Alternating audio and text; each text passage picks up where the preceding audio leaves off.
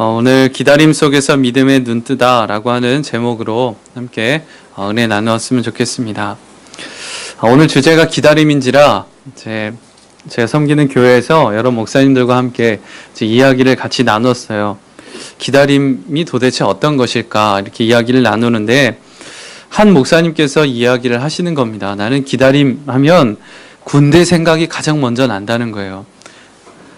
군대에서 무거운 군장을 메고 그 행군하던 때가 너무너무 생각이 난다는 거예요. 무거운 군장을 메고 군화를 신고 걸어도 끝이 보이지 않는, 그래서 발에 물집 잡히고 그렇게 아팠던 그 시간이 이 기억이 난다는 거예요. 근데 그렇게 목사님의 이야기를 들으면서 얼굴을 보니까 표정은 굉장히 진지하더라고요. 근데 저는 별로 공감이 되질 않았습니다. 왜냐하면 저는 군대에서 보일러병이었기 때문에 그렇습니다. 보일러병이 어떤 건지 잘 모르시죠? 네. 남들 보초 나갈 때 보일러 지키는 일입니다. 그래서 추운 겨울에 보일러 틀어주고 아주 겨울에 아주 중요한 직책을 감당하는 그런 일인데요. 그러니까 별로 행군 같은 걸 안 했어요. 그런데 그 이야기를 가만히 듣는데, 그럼 나에게 진짜 기다림이란 어떤 게 내게 이렇게 가슴에 맺히는 그런 기다림이 어떤 것일까? 그렇게 생각을 해보니까 주님의 응답을 기다리면서 기도하고 주님을 기다리는 그런 모습이지 않을까, 그런 생각을 해보게 됐어요. 그러면서 우리 모습과 우리의 신앙생활을 돌아볼 때 그런 게 저만 그런 게 아니겠구나, 그런 생각을 해보게 됩니다.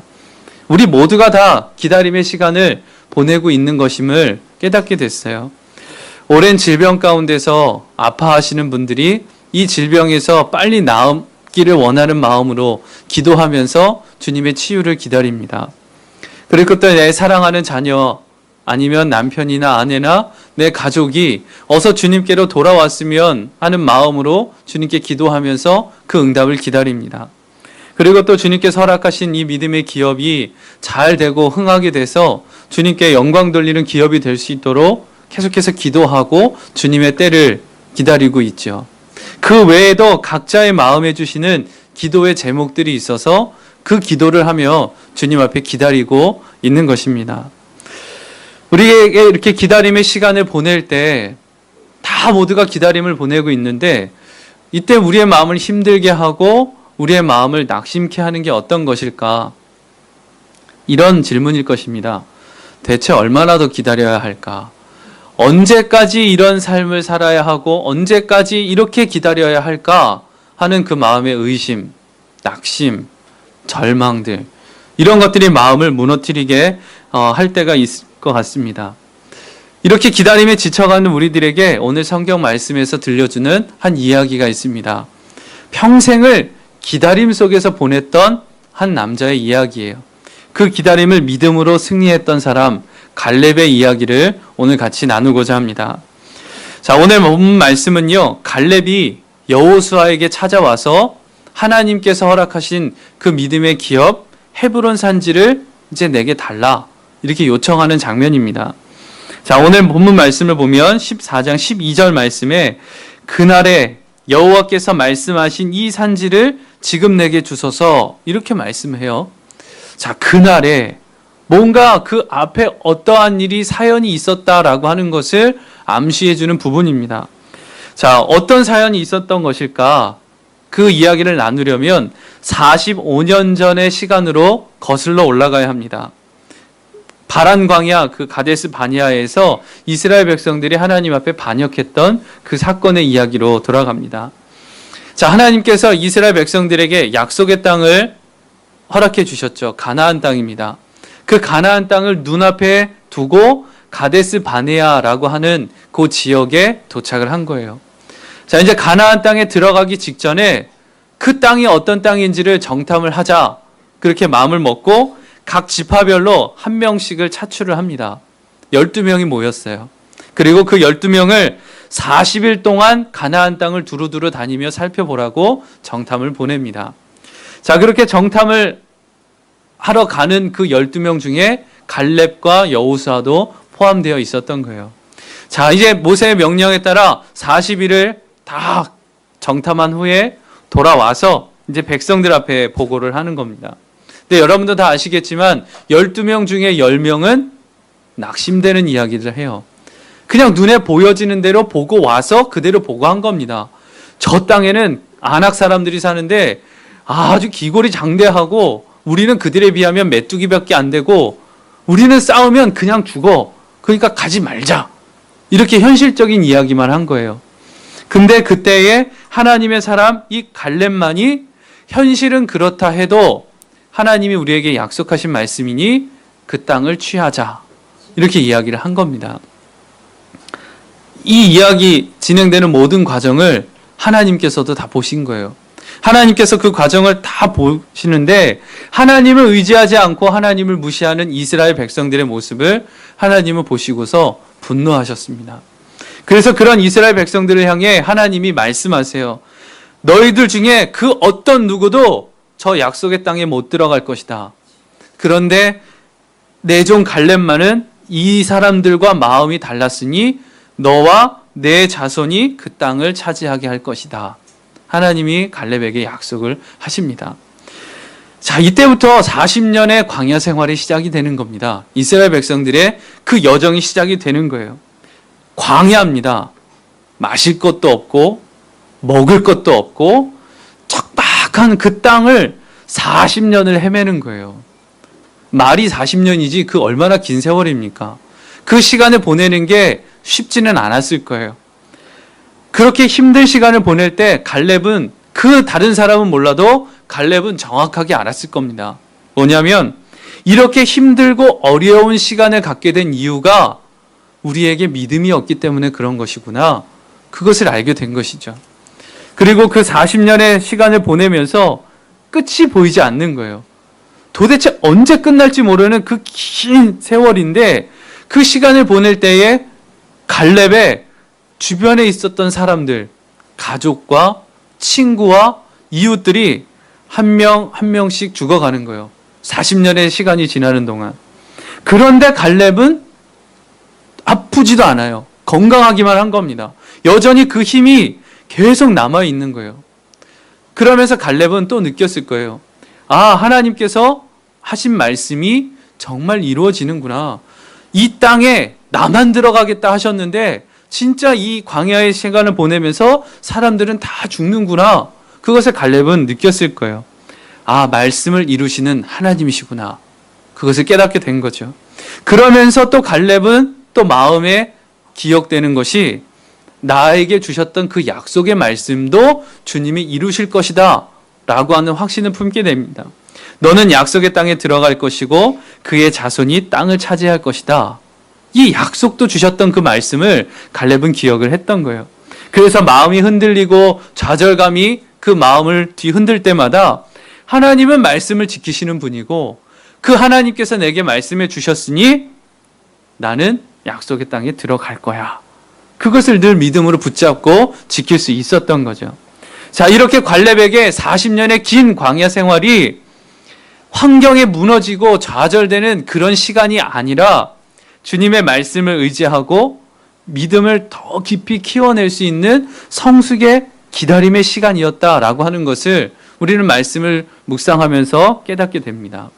자, 그렇게 긴 40년의 광야 생활에서 믿음을 갈고 닦다가 이제 드디어 가나안 땅에 정말 말씀대로 오게 된 거예요. 자, 가나안 땅에 들어와서 5년 동안 땅을 정복하면서 진행하다가 마침내 그 45년 전에 하나님께서 정탐하라고 했었던 그 헤브론 땅이 눈앞에 보이게 된 겁니다. 자, 여러분이시라면 어떻게 하시겠습니까?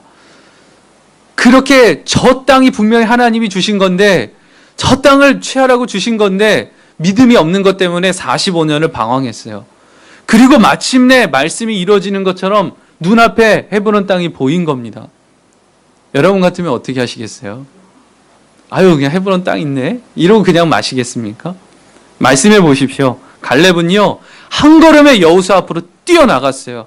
그리고 이렇게 외칩니다. 12절 말씀에 그날에 여호와께서 말씀하신 이 산지를 지금 내게 주소서. 당신도 그날에 들으셨거니와 그곳에는 아낙 사람이 있고 큰 성읍들은 크고 견고할지라도 여호와께서 나와 함께 하시면 내가 여호와께서 말씀하신 대로 그들을 쫓아내리이다. 당신도 아시지 않습니까? 그날에 그때에 하나님이 하셨던 말씀해 주셨던 그 산지가 지금 저기 있습니다. 제게 주십시오.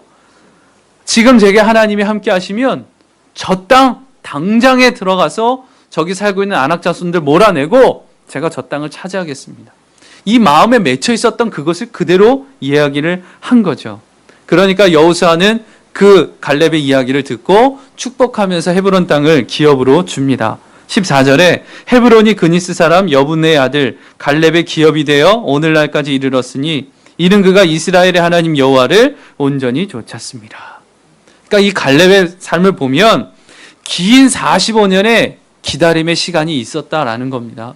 그 긴 기다림의 시간 동안 믿음을 지켰을 때 마침내 하나님께서 이루시는 그 약속의 땅을 받을 수 있게 되었다는 거죠. 자, 우리도 우리의 삶에서 기다림의 시간을 보내고 있습니다. 그 기다림이 언제까지 될지 우리도 잘 모릅니다. 갈렙이 그 기다림의 시간을 승리로 여겼던 것처럼 우리도 오늘 말씀을 통해서 기다림 가운데 어떻게 기다릴 수 있는지 그 말씀의 은혜를 우리가 붙잡기를 원하는데요. 갈렙이 어떻게 기다릴 수 있었느냐? 갈렙에게는 하나님의 말씀이 있었습니다. 하나님께서 허락하신 그 말씀이에요.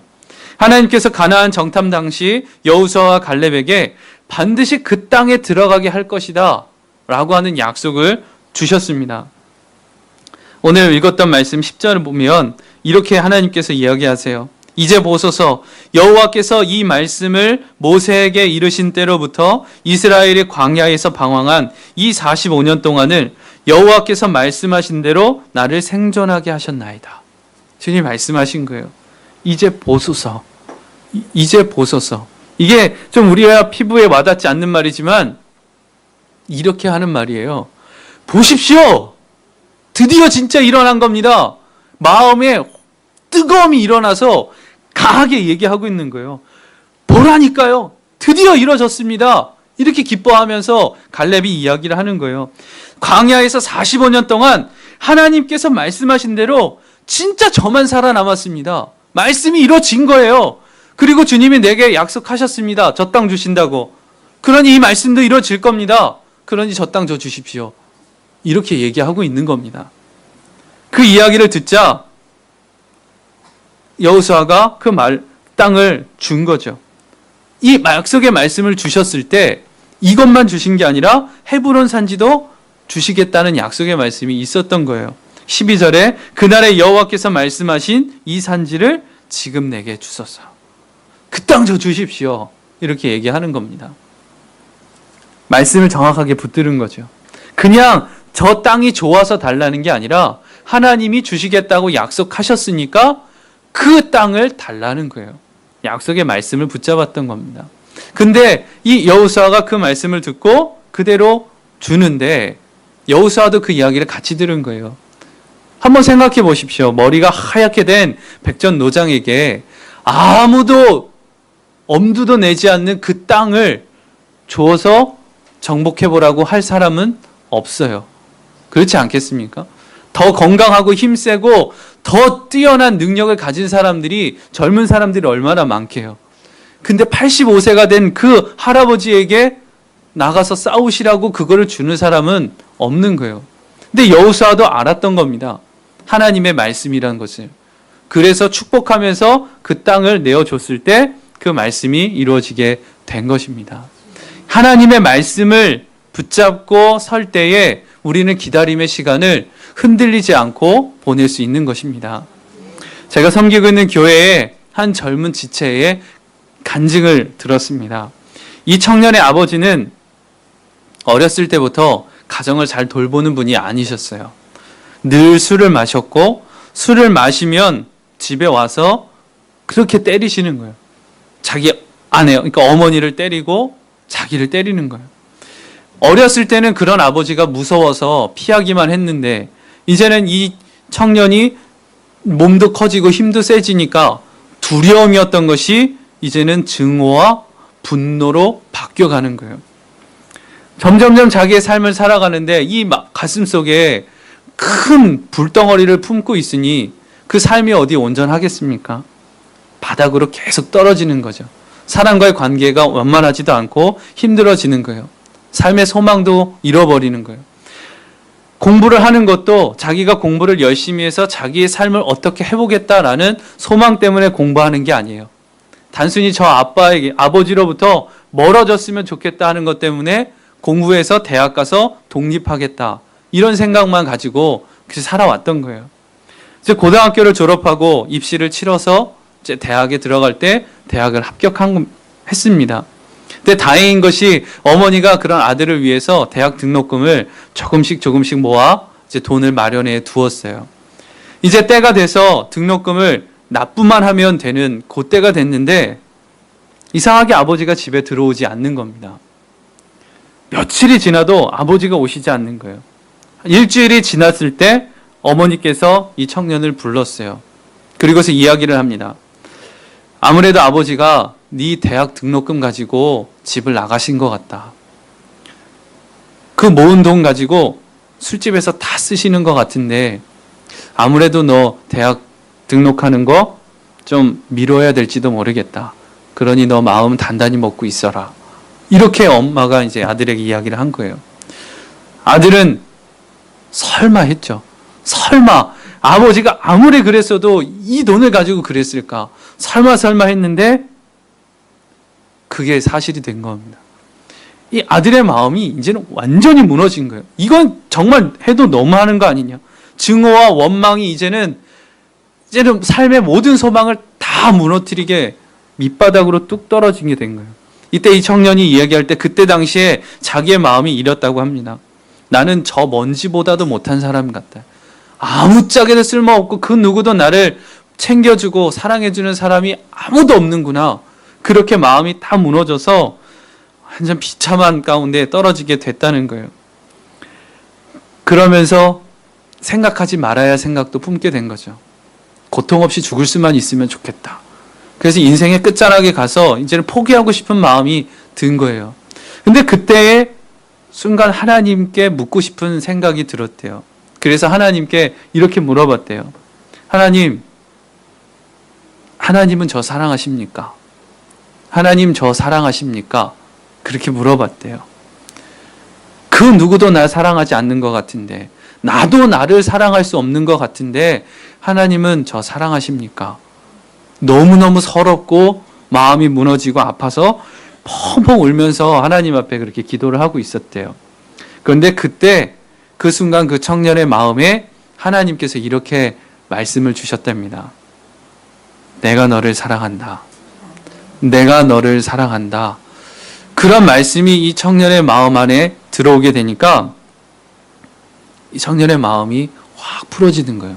세상에 그 누구도 나를 사랑하지 않는 줄 알았는데 심지어는 아버지도 그 누구도 나를 사랑하지 않는다고 생각했는데 하나님이 나를 사랑하신다니, 내가 뭐라고 나를 이렇게 사랑해 주신다니, 이 마음이 그렇게 척박하고 메말라 있었던 그 마음이 이제 풀어지기 시작하더랍니다.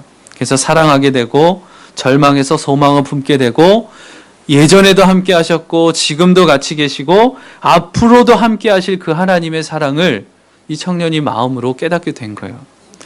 그런 하나님의 사랑 앞에 서게 되니까 이제는 더 이상 현실이 별로 중요하지 않게 되더랍니다. 상황은 여전히 똑같은데 그 환경이 별로 중요하지 않게 보이더라는 거예요.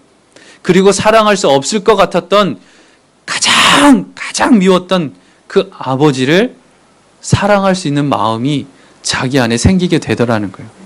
그래서 이 청년이 아버지에게 찾아가서 아버지 사랑합니다. 그렇게 고백을 하게 됐다는 거예요. 그리고 지금은 하나님께서 자기에게 큰 사랑을 주셨던 그 사랑을 이젠 전하고 싶어서 신학교에 가서 목회자 훈련을 받고 있다고 그런 간증하는 것을 들었습니다. 인생의 가장 밑바닥에 떨어져서 이 삶이 도대체 언제쯤이야 끝나게 될까? 그렇게 아파하는 그런 순간에 하나님께서 주신 약속의 말씀이 있었던 거예요. 그 말씀이 있을 때 이 청년의 삶은 완전히 바뀌게 됐던 거죠. 이 말씀 우린 붙잡아야 합니다. 때로는 우리의 삶 속에 하나님이 말씀해 주셔도 우리는 그 말씀을 잘 못 들을 때가 있어요. 아니, 그 말씀을 들어도 하나님의 말씀으로 붙잡지 않을 때가 있어요. 이 현실하고 너무나도 거리가 있어 보이고 이거는 너무 터무니없이 느껴질 때가 있기 때문에 그렇습니다. 그래서 우리는 흔들리죠. 그리고 그 말씀을 무시합니다. 그리고 내 방법대로, 내가 하고 싶은 대로, 내가 해왔던 대로 그렇게 걸어가려고 합니다. 그런데요, 말씀 무시하시면 안 됩니다. 하나님께서 주신 말씀이라면 그 말씀 무시하시면 안 됩니다. 왜냐하면 그 말씀이 우리를 살아갈 수 있게 되는 소망으로 우리를 지켜주기 때문에 그렇습니다. 하나님께서 여러분에게 주신 말씀 있으십니까? 어떤 말씀을 받으셨습니까? 하나님께서 내게 마음으로 또는 성경 말씀을 통해서 내게 들려주신 그 말씀이 있으시다면 그 하나님의 말씀을 꼭 붙잡으십시오. 돌아볼 때 나는 말씀이 없다? 그러면 그 말씀을 달라고 기도하십시오. 그래서 그 말씀을 꼭 붙잡으시는 겁니다. 그리고 그 말씀이 내 삶의 발걸음을 인도해 나갈 수 있도록 그 앞에 계속해서 비춰보는 겁니다. 자, 오늘 이렇게 말씀을 통해서 기다림의 시간을 보내게 왔는데 오늘 말씀을 더 묵상하다 보니까 이 말씀과 함께 갈렙이 45년 동안 그 기다림을 이길 수 있게 해주는 또 다른 더 중요한 것이 있다는 것을 보게 됩니다. 그것은 하나님이 항상 함께하고 계시다는 것을 바라봤던 거예요. 이 갈렙이 가나안 정탐할 때, 그러니까 45년 이전에 이 갈렙은 하나님이 나와 함께 하시다는 것을 알고 있었고 그 주님을 바라보는 자였습니다. 민수기 14장 9절에 그들의 보호자는 그들에게서 떠났고 여호와는 우리와 함께 하시느니라 그들을 두려워하지 말라. 이렇게 갈렙이 이야기를 합니다. 그리고 45년이 지난 뒤에 갈렙이 이야기를 하는데 이때도 역시 함께 하시는 하나님을 바라보는 것을 이야기합니다. 오늘 본문이죠. 12절 보면 그곳에는 아낙 사람이 있고 그 성읍들은 크고 견고할지라도 여호와께서 나와 함께 하시면 내가 여호와께서 말씀하신 대로 그들을 쫓아내리이다. 45년 전에 하나님이 나와 함께 하시니까 이 땅 우리에게 주신 것입니다. 이야기했었는데 45년이 지나서도 똑같이 그렇게 이야기를 하고 있는 거예요. 무슨 말씀입니까? 함께 하시는 그 하나님을 바라보면 하나님을 신뢰하게 된다는 겁니다. 하나님을 신뢰하게 되면 그 신뢰, 믿음이 가는 그분의 말씀이 믿어지는 거예요. 그 말씀이 믿어지면 우리의 마음을 지킬 수 있습니다. 이 마음을 지키면 얼마든지 기다릴 수 있게 되는 겁니다. 하나님을 바라보시는 거예요. 그 하나님을 바라보고 서 있을 때 우리는 마음을 지키며 주님을 향한 기다림 가운데서 승리하며 나아갈 수 있다는 것입니다. 이 사실을 갈렙만 이야기하는 게 아니에요. 성경에 보면 다윗도 그렇습니다. 믿음의 사람이었죠. 근데 그 다윗의 삶에 얼마나 큰 기다림이 있었는지 아십니까? 어렸을 때 사무엘 선지자가 와서 너는 이 민족의 왕으로 세울 거다. 그러면서 다윗의 머리에 기름을 부어요. 그럼 당장 왕이 되어야죠. 그런데 그 다윗의 삶을 보십시오. 오랜 기간 동안 무수히 많은 고난의 시간을 겪은 후에 왕이 됩니다. 이 다윗의 모습을 봐도 이 기다림의 비밀은 항상 하나님을 바라보는 것임을 알려줘요. 다윗의 고백을 한번 보실까요? 시편 16편 8절입니다. 내가 여호와를 항상 내 앞에 모시며 그가 나의 오른쪽에 계심으로 내가 흔들리지 아니하리로다. 다윗이 고백하는 겁니다. 항상 주님이 내 앞에 계시다는 거예요. 늘 그 주님을 바라보니까 흔들리지 않게 된다는 거죠. 주님이 나를 지켜주신다는 겁니다. 자, 그러면 갈렙하고 요셉만 그럴까요? 아닙니다. 요셉도 마찬가지입니다. 요셉의 삶을 보십시오. 형에게 배신당해서 애굽으로 종살이 갑니다. 그리고 하나님이 쓰시기까지 30세가 되기 전까지 무수한 고난의 시간을 보내게 됩니다. 기다림의 시간인 거죠. 사도 바울도 그렇습니다. 사도 바울이 다메섹에서 예수님을 만났을 때 바로 그 사역의 길로 걸어가느냐? 아닙니다. 아라비아에 가서 3년 동안 기다립니다. 그럼 사도 바울만 그랬을까? 아닙니다. 예수님도 그러셨습니다. 예수님께서 이 땅에 오셔서 사람의 몸을 오셨을 때 바로 사역을 하시면 되시잖아요. 근데 하나님의 때가 되기까지 30년이라는 그 시간을 기다리셨습니다. 그리고 공생의 활동을 시작하신 거죠. 기다림의 시간은요, 함께 하시는 그 주님을 바라보고 경험하고 믿음 위에 서게 하시는 시간입니다. 그러니 우리에게 삶에 주어진 이 기다림은 왜 언제까지 내가 이걸 기다려야 돼? 버텨야 돼? 그 시간 안에 눌리는 게 아니라 지금 이 기다림의 시간을 주시는 하나님의 마음을 우리가 깨달아야 합니다. 함께 하시는 그 주님이신 것을 붙잡게 되는 거예요. 그리고 그 주님으로 말미암아 다시 일어설 수 있는 소망, 그 믿음의 온전한 성숙이 우리 안에서 이루어지게 돼야 한다는 겁니다. 뉴욕 타임스 스퀘어 교회 설립자인 데이비스 월커슨 목사님이 우리와 함께 하시는 그 하나님에 대해서 이렇게 기록을 했다고 합니다.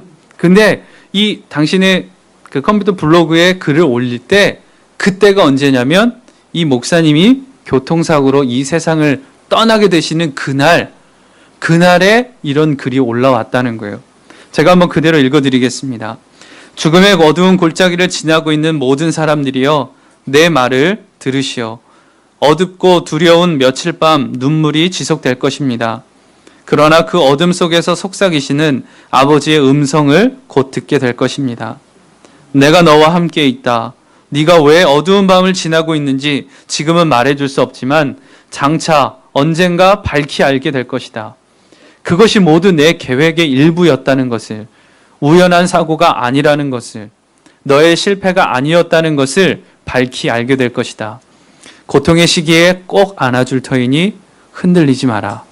사랑하는 이들이여, 하나님께서는 언제나 선과 사랑으로 역사하십니다. 모든 수단들이 없어져도 하나님의 사랑은 모든 것들을 이깁니다. 그러니 믿음을 굳게 붙잡으십시오. 하나님의 말씀 안에 견고히 서십시오. 세상에 다른 소망은 없습니다.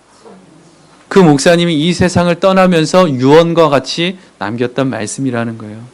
우리의 삶 속에서 주님을 붙들고 믿음을 지키고 주님을 바라보라 라고 하는 것을 이야기한 것입니다. 자, 우리가 이렇게 기다림 속에 주님을 의지할 때 우리는 흔들리지 않을 수 있어요. 그리고 사명의 길을 걸어갈 수 있게 하신다는 겁니다.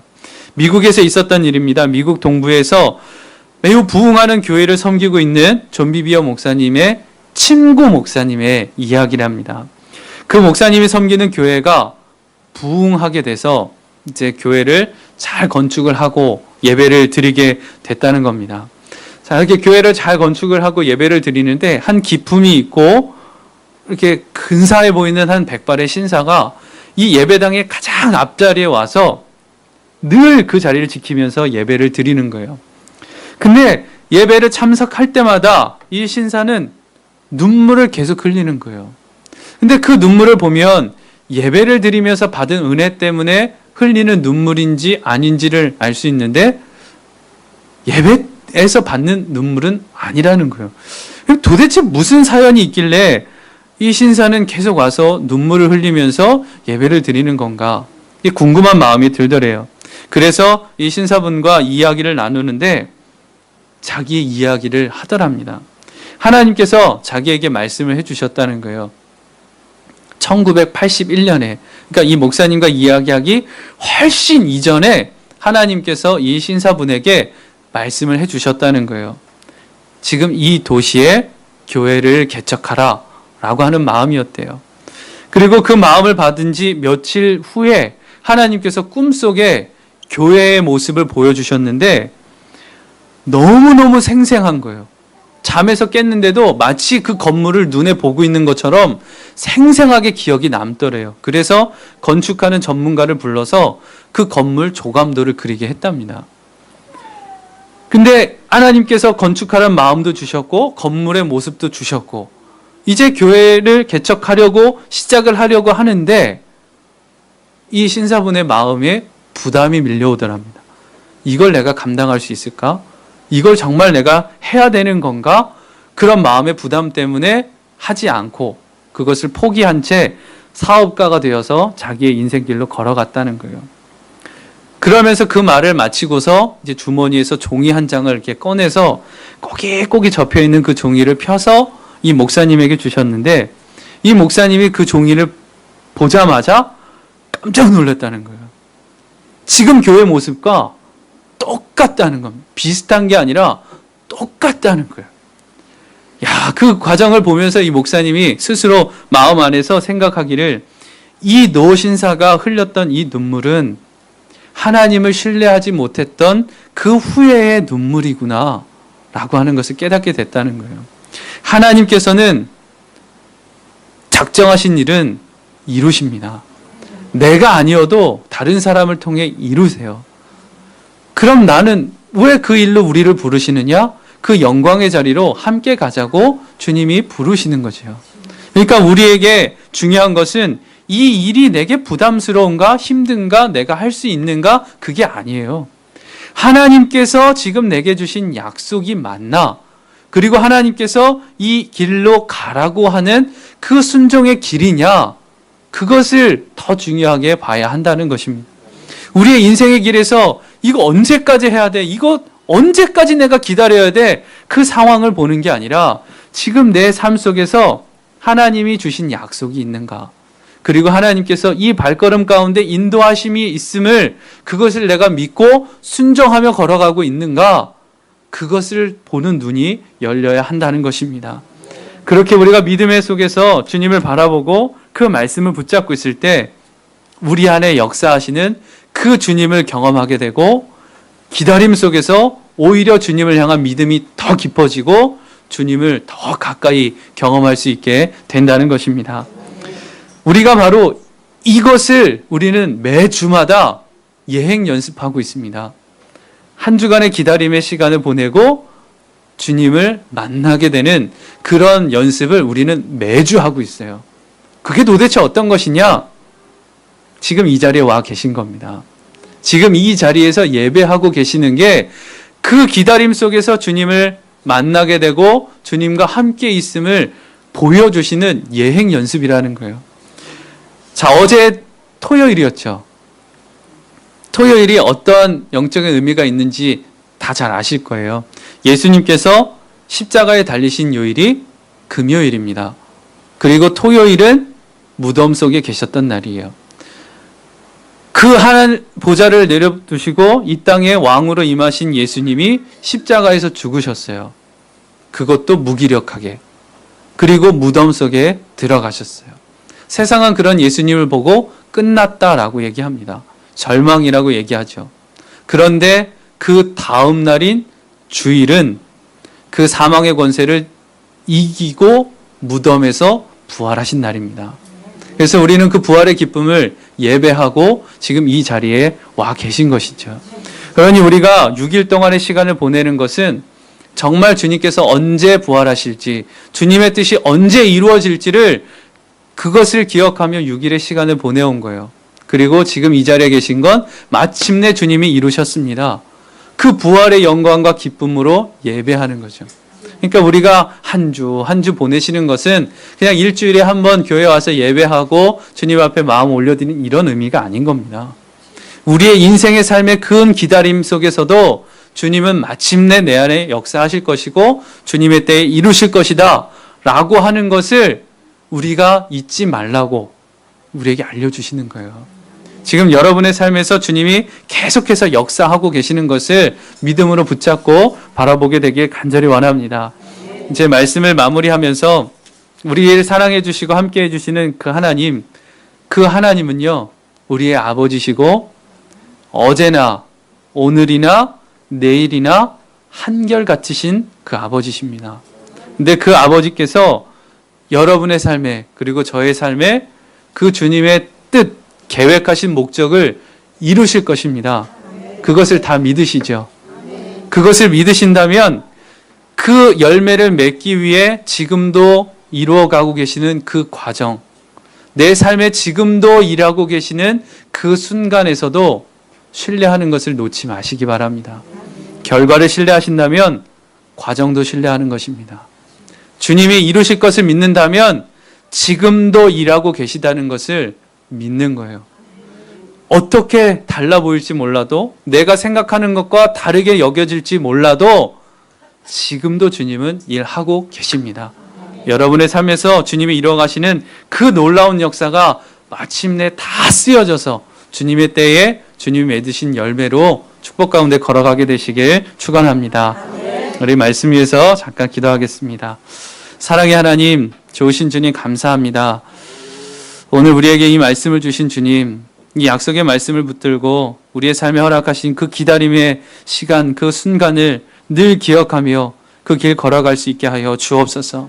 우리의 믿음의 눈을 열어주시고 지금도 나와 함께 하시고 일하고 계시는 주님, 그 주님께서 허락하신 그 약속의 말씀을 마음에 새기고 그것을 붙들고 흔들리지 않으며 세상의 노예가 돼서 끌려가는 것이 아니라, 세상의 가치관에 흔들리는 것이 아니라 주님과 동행하는 그 손을 붙잡고 승리의 사람으로, 이 세상을 넉넉히 이기는 믿음의 사람으로 서며 주님께 영광 돌리는 주님의 백성 될 수 있도록 인도하여 주옵소서. 주님께서 우리의 삶에 놀라운 축복과 은혜와 평강과 함께 하신 은혜로 지켜주시길 간절히 원하옵고 예수님의 이름으로 기도합니다. 아멘.